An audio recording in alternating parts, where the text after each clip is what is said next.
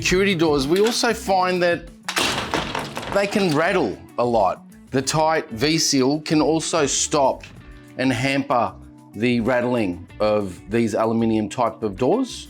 There's also no reason why you can't use tight V-seal to double up on your door seal on your front door for acoustic performance, but also just for a tighter front door.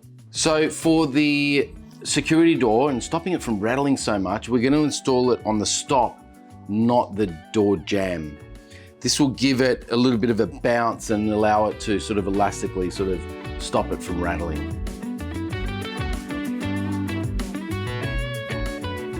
So what's good about using the tight V-seal for security doors, you only need to really do one side because it doesn't need to be airtight. It's just there to give you a little bit of a buffer to sort of stop that rattling from occurring. So let's just see how that feels now.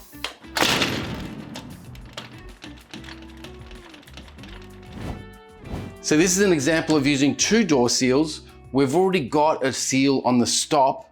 We're going to be applying a secondary seal. These are acoustically tested as well. We're going to be installing a second seal on the actual jamb.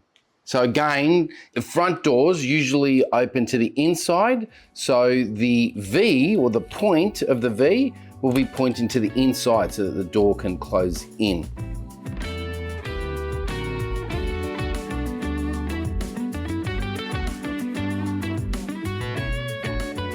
The tight V-seal is still one of our most popular products on the Tight House website. It's now been complemented with the tight B-seal, which goes at the bottom of the door.